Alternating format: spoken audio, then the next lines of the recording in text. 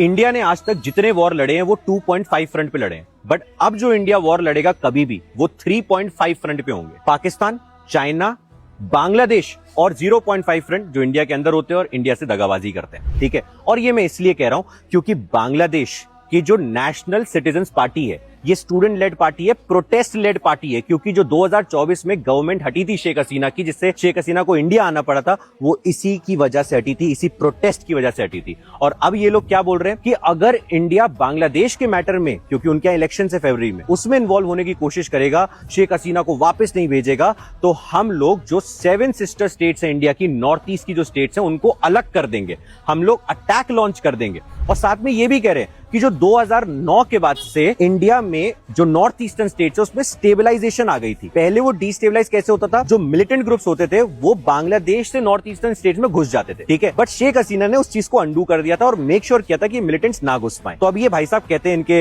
NCP के leader कि हम तो मेक श्योर करेंगे कि ये डिस्टेबलाइजेशन 2009 में बंद हुआ था वो दोबारा शुरू हो जाए। एक होता है कॉन्फिडेंस, एक होता है ओवर कॉन्फिडेंस, उसके ऊपर आता है national citizens party of Bangladesh. ठीक है, आप समझिए बांग्लादेश का डिफेंस बजट $3 बिलियन से कम है। पाकिस्तान आईएसआई जो सपोर्ट करता है उसका $9 बिलियन है। इंडिया का $70 बिलियन से ऊपर है। इनके पास 2.5 लाख सोल्जर्स है टोटल, पाकिस्तान के पास 6 लाख, इंडिया के पास 15 लाख। और इंडिया के जो 15 लाख है उसमें मैं जो सेकेंडरी सोल्जर्स होते हैं जिनको स्टैंड बाय पे रखा जाता है उनको काउंट भी नहीं कर रहा हूं। ठीक है, और जब इनका प्लेन क्रैश हो गया था तब हेल्प करने इंडिया पहुंचा था, इनके पास उसकी भी फैसिलिटी नहीं थी। ना इनका ये 3.5 फ्रंट का चाइना हेल्प कर पा रहा था, ना पाकिस्तान हेल्प कर पा रहा था। बट खैर इनको कौन समझाए, because they have been radicalised. ठीक है, नाउ द थिंग इज जो हमें समझनी पड़ेगी कि जो इनका रीजन था ना ये सब चीजें करने का, वो था कि इनके एक लीडर को दिन दहाड़े किसी ने गोली मार दी थी, वो अभी कोमा में, ऐसा बताया जा रहा है। ठीक है, अब वो लीडर इनके लिए बहुत इंपॉर्टेंट थे, दूसरी पार्टी के थे बट बहुत इंपॉर्टेंट लीडर थे, एक्सट्रीमिस्ट लीडर थे, इस्लामिक लीडर थे, इनके लिए बहुत इंपॉर्टेंट थे।